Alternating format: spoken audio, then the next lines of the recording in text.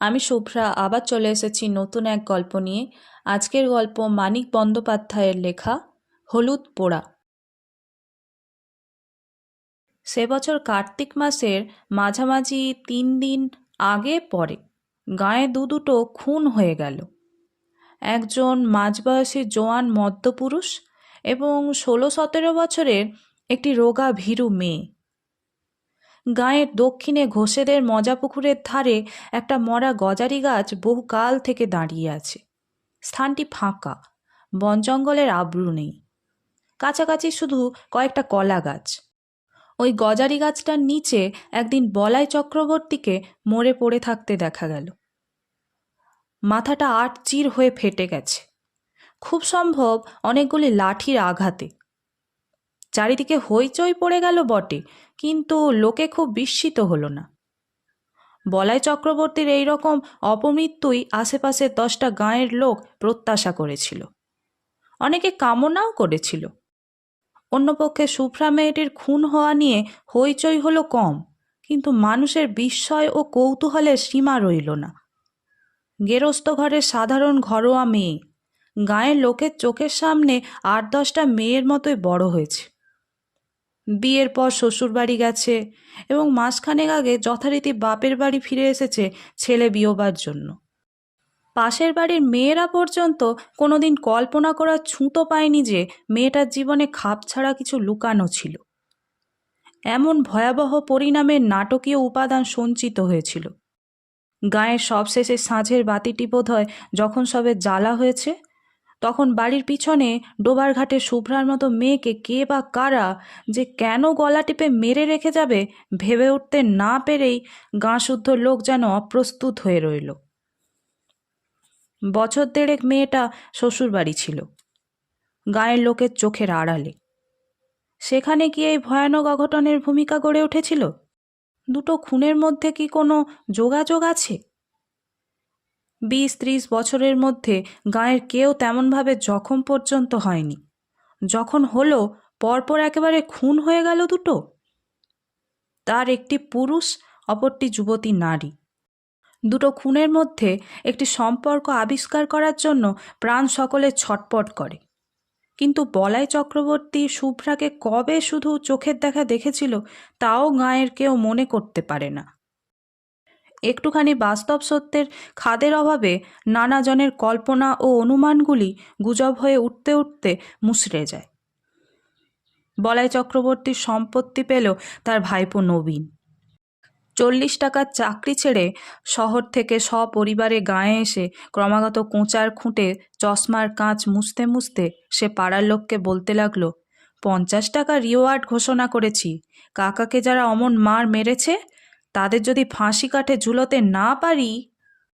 চশমার কাঁচের বদলে মাঝে মাঝে কোঁচার খুঁটে সে নিজের চোখই মুছতে লাগলো। ঠিক 21 দিন গায়ে বাস করার পর নবীনের স্ত্রী দামিনী সন্ধ্যাবেলা লণ্ঠন হাতে রান্নাঘর থেকে উঠোন পার হয়ে শোবার ঘরে যাচ্ছে। কোথা থেকে অতি মৃদু একটা দমকা বাতাস বাড়ির পূব কোণের তেঁতুল গাছের পাতাকে নাড়া দিয়ে তার গায়ে এসে লাগলো। দামিনীর হাতের লণ্ঠন ছিটকে গিয়ে পড়ল দক্ষিণের ঘরের দাওয়ায়। উঠানে আছড়ে পড়ে হাত পা ছুঁড়তে ছুঁড়তে দামিনীর দাঁতে দাঁত লেগে গেল। দালানের আনাচে কানাচে ঝোড়ো হাওয়া যেমন গুমড়ে গুমড়ে কাঁদে, দামিনী আওয়াজ করতে লাগলো সেই রকম। শুভ্রার দাদা ধীরেন স্থানীয় স্কুলে মাস্টারি করে।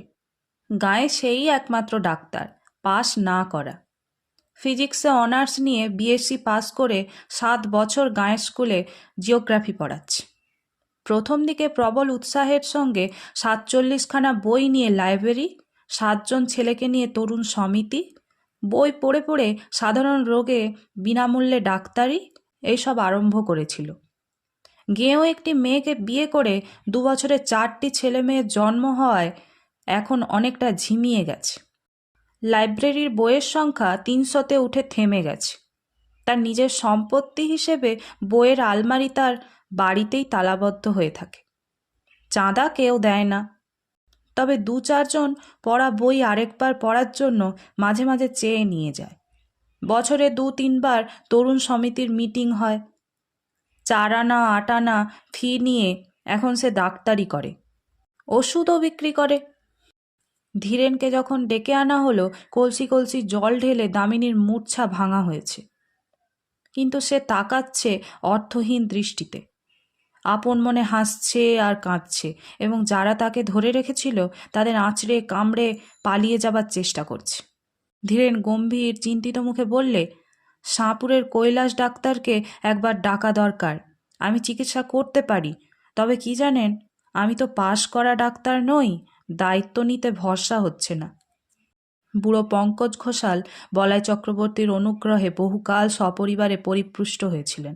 তিনি বললেন, ডাক্তার কি হবে? তুমি আমার কথা শোনো বাবা, নবীন কুঞ্জকে অবিলম্বে ডেকে পাঠাও। গাঁয়ের যারা ভিড় করেছিল তারা প্রায় সকলেই বুড়ো ঘোষালের কথায় সাই দিল। নবীন জিজ্ঞেস করল, কুঞ্জ কত নেয়?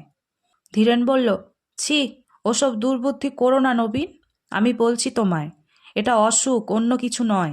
লেখাপড়া শিখেছ, জ্ঞান বুদ্ধি আছে, তুমিও কি বলে কুঞ্জকে চিকিৎসার জন্য ডেকে পাঠাবে?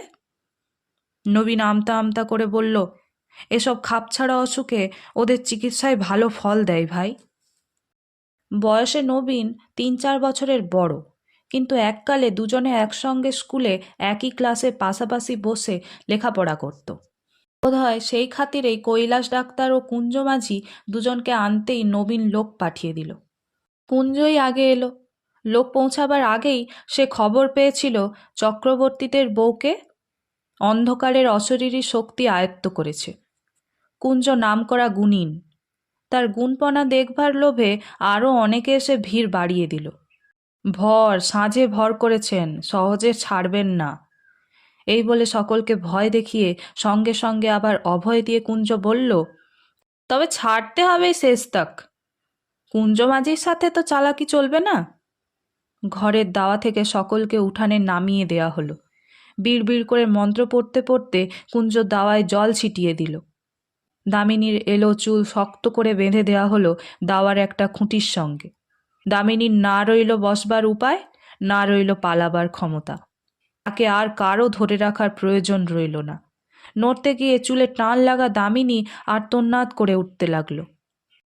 কুঞ্জ টিটকারি দিয়ে দিয়ে বলতে লাগলো, র বাছাধন র, এখনো হয়েছে কি, মজাটি টের পাওয়াচ্ছি তোমায়। ধীরেন প্রথম দিকে চুপ করেছিল, বাধা দিয়ে লাভ নেই। গাঁয়ের লোক কথা শোনে না, বিরক্ত হয়। এবার সে আর ধৈর্য ধরতে পারল না। তুমি কি পাগল হয়ে গেছো নবীন? তুমি চুপ করো ভাই। উঠানে 30-35 জন পুরুষ ও নারী এবং গোটা 5 লণ্ঠন জড়ো হয়েছে। মেয়েদের সংখ্যা খুব কম, যারা এসেছে বয়সও তাদের বেশি। কম বয়সী মেয়েরা আসতে সাহস পায়নি, অনুমতিও পায়নি। যদি ছোঁয়াচ লাগে, নজর লাগে, অপরাধ হয়। মন্ত্রমুগ্ধের মতো এতগুলি মেয়ে পুরুষ দাওয়ার দিকে তাকিয়ে ঘেঁষাঘেঁষি করে দাঁড়িয়ে থাকে। এই দুর্লভ রোমাঞ্চ থেকে তাদের বঞ্চিত করার ক্ষমতা নবীনের নেই। দাওয়াটি যেন স্টেজ, সেখানে যেন মানুষের জ্ঞান বুদ্ধির অতীত রহস্যকে সহজবোধ্য নাটকের রূপ দিয়ে অভিনয় করা হচ্ছে। ঘরের দুয়ারে কুঞ্জ যেন আমদানি করেছে জীবনের শেষ সীমানার ওপারের ম্যাজিক। এমন ঘরোয়া, এমন বাস্তব হয়ে উঠেছে দামিনীর মধ্যে অদেহি ভয়ঙ্করের এই ঘনিষ্ঠ আবির্ভাব।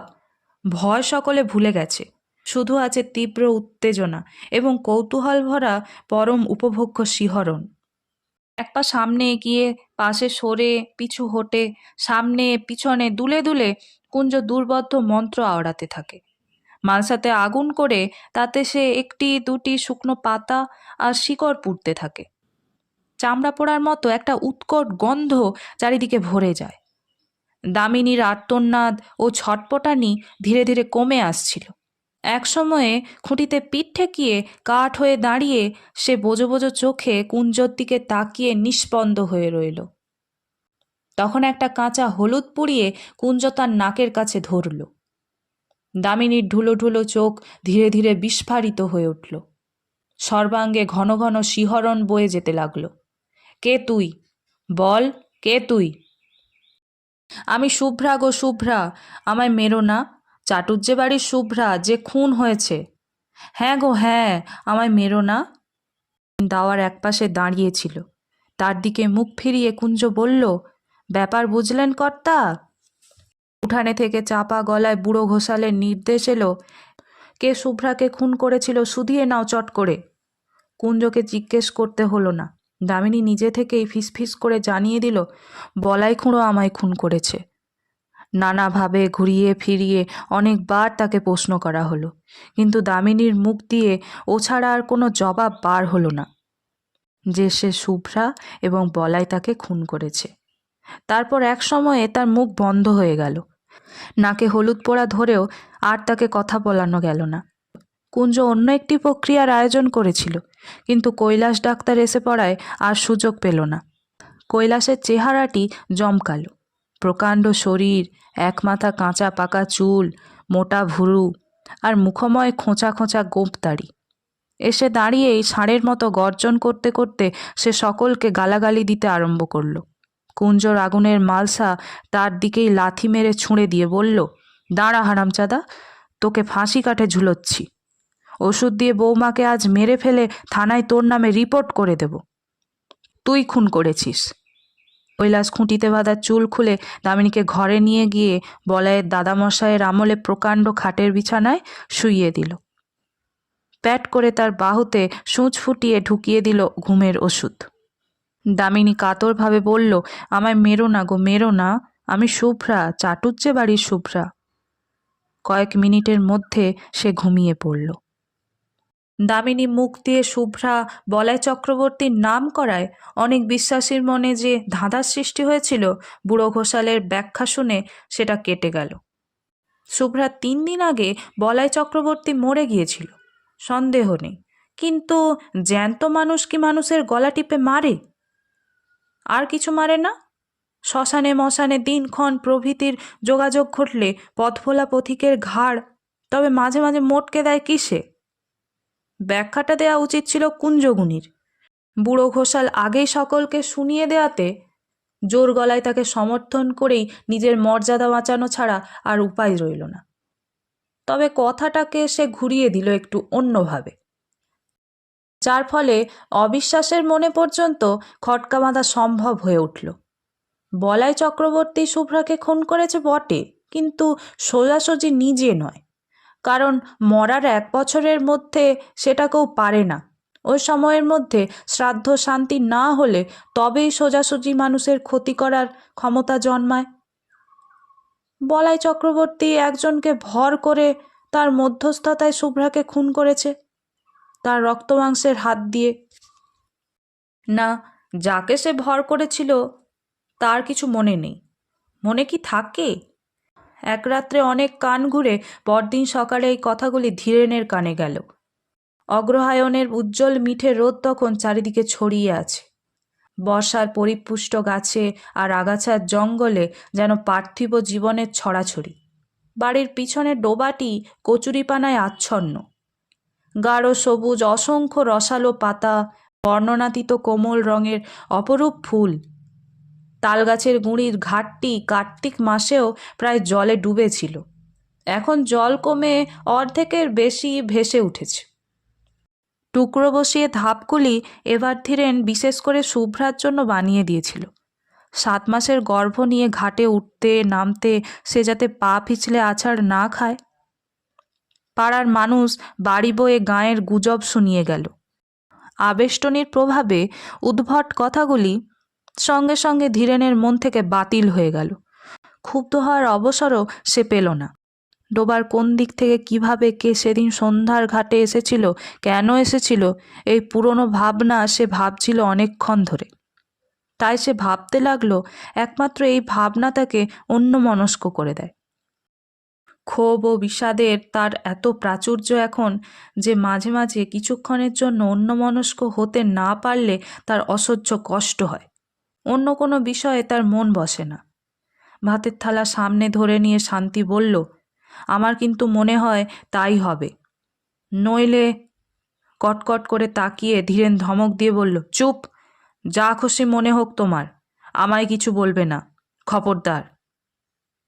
স্কুলে যাওয়ার পথে যাদের সঙ্গে দেখা হলো মুখে তারা কিছু বলল না, কিন্তু তাদের তাকানোর ভঙ্গি যেন আরো স্পষ্ট জিজ্ঞাসা হয়ে উঠল।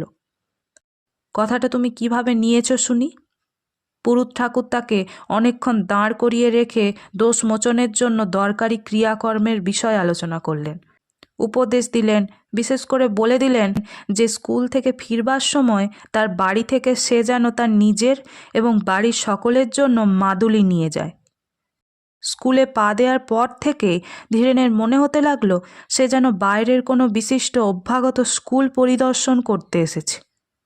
তার 7 বছরের অভ্যস্ত অস্তিত্বকে আজ এক মুহূর্তের জন্য কেউ ভুলতে পারছে না। প্রথম ঘন্টাতেই ক্লাস ছিল। অর্ধেক ছেলে আড়ষ্ট হয়ে বসে আছে, বাকি অর্ধেক নিজেদের মধ্যে গুজগুজ ফিসফাস করছে। নিজেকে জীবন্ত ব্যঙ্গের মতো মনে হচ্ছিল। বইয়ের পাতায় চোখ রেখে ধীরেন পড়াতে লাগলো।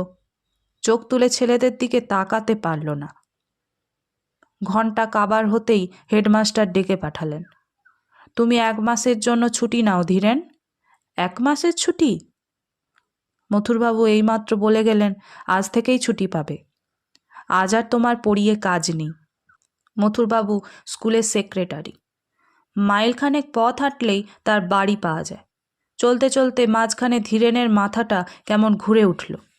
কদিন থেকে হঠাৎ চেতনায় ঝুঁকি লেগে মাথাটা তার এই রকম ঘুরে উঠছে। চিন্তা ও অনুভূতির আকস্মিক পরিবর্তনের সঙ্গে এই ঝাঁকি লাগে, অথবা এমন ঝাঁকি লেগে তার চিন্তা ও অনুভূতি বদলে যায়। গাছতলায় কিছুক্ষণ বিশ্রাম করে সে বাড়ির দিকে পা বাড়ালো। মথুরবাবু এখন হয়তো খেয়ে দিয়ে বিশ্রাম করছেন। এখন তাকে বিরক্ত করা উচিত হবে না। স্কুল থেকে তাড়িয়ে দেওয়া হয়নি, 1 মাসের ছুটি দেওয়া হয়েছে। 1 মাসের মধ্যে মথুরবাবুর সঙ্গে দেখা করার অনেক সময় সে পাবে। আজ গিয়ে হাতে পায়ে না ধরাই ভালো। মথুরবাবুর যদি দয়া হয়, যদি তিনি বুঝতে পারেন যে তার বোন খুন হয়েছে বলে দামিনীর ঘোষণার ফলে তার বোনের কাল্পনিক কেলেঙ্কারি নিয়ে চারিদিকে হইচই হচ্ছে বলে তাকে দোষী করা উচিত নয়, তাহলে মুশকিল হতে পারে। ছুটি বাতিল করে কাল থেকে কাজে যাবার অনুমতি হয়তো তিনি দিয়ে বসবেন। এতক্ষণ খেয়াল হয়নি, এখন সে বুঝতে পেরেছে নিয়মিতভাবে প্রতিদিন স্কুলে ছেলেদের পড়ানোর ক্ষমতা তার নেই। মথুরবাবুর সামনে গিয়ে দাঁড়াতে লজ্জা হচ্ছে। চেনা মানুষের সঙ্গে দেখা হয়ে যাবার ভয়ে সে মাঠের পথ ধরে বাড়ি চলেছে। বাড়ি গিয়ে ঘরের মধ্যে লুকোতে হবে। দুর্বল শরীরটা বিছানায় লুটিয়ে দিয়ে ভারী মাথাটা বালিশে রাখতে হবে। সারা দুপুর ঘরের মধ্যে শুয়ে বসে ছটপট করে কাটিয়ে শেষ বেলায় ধীরেন উঠানে বেরিয়ে এলো। মাজা বাসন হাতে নিয়ে শান্তি ঘাট থেকে উঠে আসছিল। ডোবার ধারে প্রকাণ্ড বাঁশঝাড়ের ছাওয়ায় মানুষের মতো কি যেন নড়াচড়া করছে। ধীরেন আর্তনাদ করে উঠল, কে ওখানে? কে? শান্তির হাতের বাসন ঝনঝন শব্দে পড়ে গেল। উঠি পড়ি করে কাছে ছুটে এসে ভয়ার্ত কণ্ঠে সে জিজ্ঞাসা করল, কোথায় কে? কোনখানে? বাঁশঝাড় থেকে চেনা গলার আওয়াজ এলো, আমি মাস্টার বাবু, বাঁশ কাটাচ্ছি। কে তোকে বাঁশ কাটাতে বলেছে? শান্তি বলল, আমি বলেছি। খান্তি পিসি বলল, নতুন একটা বাঁশ কেটে আগা মাথা একটু পুড়িয়ে ঘাটের পথে তাড়াতাড়ি ফেলে রাখতে। ভোরে উঠে সরিয়ে দেব, সন্ধ্যের আগে পেতে রাখবো। তুমি যেন আবার ভুল করে বাঁশটা ডিঙিয়ে যেও না। সন্ধ্যার আগেই শান্তি আজকাল রাঁধা বাড়া আর ঘরকন্যার সব কাজ শেষ করে রাখে। অন্ধকার ঘনিয়ে আসার পর ধীরেনকে সঙ্গে না নিয়ে বড় ঘরে চৌকাঠ পার হয় না। ছেলে মেয়েদেরও ঘরের মধ্যে আটকে রাখে। সন্ধ্যা থেকে ঘরে বন্দি হয়ে ধীরেন আকাশ পাতাল ভাবে আর মাঝে মাঝে সচেতন হয়ে ছেলে মেয়েদের আলাপ শোনে। ছোট পিসি ভূত হয়েছে, ভূত নয় পেতনি, বেটার ছেলে ভূত হয়। ঘরের মধ্যেও কারণে অকারণে শান্তি ভয় পেয়ে আঁতকে ওঠে। কাল প্রথম রাত্রে একটা পেঁচার ডাক শুনে ধীরেনকে আঁকড়ে ধরে গোয়াতে গোয়াতে বমি করে ফেলেছিল। বড় ঘরের দাওয়ার পূব প্রান্তে বসে তামাক টানতে টানতে দিনের আলো ম্লান হয়ে এলো। এখানে বসে ডোবার ঘাট আর দুধারের বাঁশঝাড় ও জঙ্গল দেখা যায়। জঙ্গলের পরে সেনেদের কলা বাগান। সেনেদের কাছারি ঘরের পাশ দিয়ে দূরে বসেদের মজা পুকুরের তীরে মরা গজারি গাছটার ডগা চোখে পড়ে। অন্ধকার হওয়ার আগেই কুয়াশায় প্রথমে গাছটা, তারপর সেনেদের বাড়ি আবজা হয়ে ঢাকা পড়ে গেল। তুমি কি আর ঘাটের দিকে যাবে? শান্তি জিজ্ঞাসা করল। না, তবে বাঁশ পেতে দাও। বাঁশ পাততে হবে না। শান্তি কয়েক মুহূর্ত চুপ করে দাঁড়িয়ে রইল। তোমার চোখ লাল হয়েছে, টকটকে লাল। হোক। শোয়ার ঘর আর রান্নাঘরের ভিটের সঙ্গে দুটি প্রান্ত ঠেকিয়ে শান্তি নিজেই বাঁশটা পেতে দিল। কাঁচা বাঁশের দু প্রান্তের খানিকটা পুড়িয়ে দেওয়া হয়েছে। অশরীরী কোনো কিছু এ বাঁশ ডিঙোতে পারবে না। ঘাট থেকে শুভ্রা যদি বাড়ির উঠানে আসতে চায়, এই বাঁশ পর্যন্ত এসে ঠেকে যাবে। আলো জ্বালার আগেই ছেলে মেয়েদের খাওয়া শেষ হলো। সন্ধ্যা দ্বীপ না জেলে শান্তির নিজের খাওয়ার উপায় নেই। ভালো করে সন্ধ্যা হওয়ার আগেই সে তাড়াতাড়ি দ্বীপ জেলে ঘরে ঘরে দেখিয়ে শাঁকে ফু দিল। 10 মিনিটের মধ্যে নিজে খেয়ে ধীরেনের ভাত বেড়ে ঢেকে দিয়ে রেখে রান্নাঘরের তালা দিয়ে কাপড় ছেড়ে ঘরে গিয়ে ঢুকল। বিকেলে আজকাল সে মাছ রান্না করে না। এঁটো কাটা নাকি অশরীরী আত্মাকে আকর্ষণ করে। খাওয়ার হাঙ্গামা খুব সংক্ষেপে, সহজে এবং অল্প সময়ে সম্পন্ন হয়ে যায়। ঘরে আসবে না? না। তখনও আকাশ থেকে আলোর শেষ আভাসটুকু মুছে যায়নি। 2-3টি তারা দেখা দিয়েছে। আরও কয়েকটি দেখা দিতে দিতে আবার হারিয়ে যাচ্ছে। আর 1 কি 2 মিনিটের মধ্যে রাত্রি শুরু হয়ে যাবে। জীবিতের সঙ্গে মৃতের সংযোগ স্থাপনের সবচেয়ে প্রশস্ত সময় সন্ধ্যা। ভরা সন্ধ্যাবেলা শুভ্রা দামিনীকে আশ্রয় করেছিল। আজ সন্ধ্যা পার হলে রাত্রি আরম্ভ হয়ে গেলে চেষ্টা করেও শুভ্রা হয়তো তার সঙ্গে কথা বলতে পারবে না। আর দেরি না করে এখনই শুভ্রাকে সুযোগ দেওয়া উচিত। চোরের মতো ভিটে থেকে নেমে বাঁশ ডিঙিয়ে ধীরেন পা টিপে টিপে ডোবার মাঠের দিকে এগিয়ে গেল। অদ্ভুত বিকৃত গলার ডাক শুনে শান্তি লণ্ঠন হাতে ঘর থেকে বেরিয়ে এলো। বাঁশের ওপারে দাঁড়িয়ে হিংস্র জন্তুর মতো চাপা গর্জনের মতো গম্ভীর আওয়াজে ধীরেন তার নিজের নাম ধরে ডাকাডাকি করছে। গেঞ্জি আর কাপড়ে কাদা ও রক্ত মাখা। ঠোঁট থেকে চিবুক বেয়ে ফোঁটা ফোঁটা রক্ত গড়িয়ে পড়েছে। বাঁশটা সরিয়ে দাও। ডিঙিয়ে এসো, বাঁশ ডিঙিয়ে চলে এসো। কি হয়েছে, পড়ে গেছো নাকি? ডিঙোতে পারছি না, বাঁশ সরিয়ে দাও। বাঁশ ডিঙোতে পারছে না? মাটিতে শোয়ানো বাঁশ। শান্তির আর এতটুকু সন্দেহ রইল না। আকাশচেরা তীক্ষ্ণ গলায় সে আর্তনাদের পর আর্তনাদ শুরু করে দিল। তারপর প্রতিবেশী এলো, পাড়ার লোক এলো, গাঁয়ের লোক এলো, কুঞ্জও এলো। 3-4 কলসি জল ঢেলে ধীরেনকে স্নান করিয়ে দাওয়ার খুঁটির সঙ্গে তাকে বেঁধে ফেলা হলো। মন্ত্র পড়ে জল ছিটিয়ে মালসার আগুনে পাতা ও শিকড় পুড়িয়ে ঘণ্টাখানেকের চেষ্টায় ধীরেনকে কুঞ্জ নিঝুম করে ফেলল। তারপর মালসার আগুনে কাঁচা হলুদ পুড়িয়ে ধীরেনকে নাকের কাছে ধরে বজ্র কণ্ঠে সে জিজ্ঞাসা করল, কে তুই? বল, তুই কে? ধীরেন বলল, আমি বলাই চক্রবর্তী। শুভ্রাকে আমি খুন করেছি। আজকের গল্প এখানেই শেষ। কেমন লাগলো অবশ্যই জানিও। ভালো লাগলে একটা লাইক করো আর আমার চ্যানেলটিকে প্লিজ সাবস্ক্রাইব করে নিও। আজকের মতো এখানেই শেষ। দেখা হবে আবার নতুন এক গল্প নিয়ে। সবাই ভালো থেকো, সুস্থ থেকো।